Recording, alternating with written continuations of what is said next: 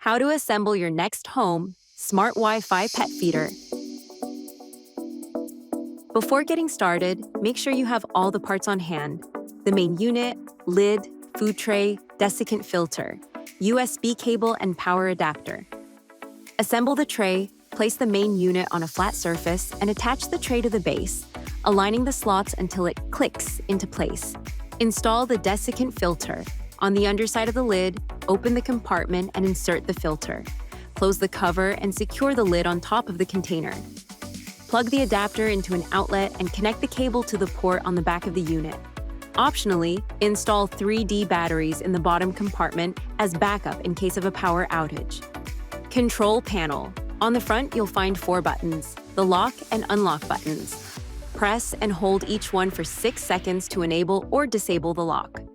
The feed button lets you dispense food manually. The set button, press and hold it for 8 seconds to start manual pairing. Once powered on, the blue LED indicator will flash rapidly, showing that the feeder is ready to connect to the Nexxt Home app. All set! Your Wi-Fi Smart Pet Feeder is fully assembled and ready for setup.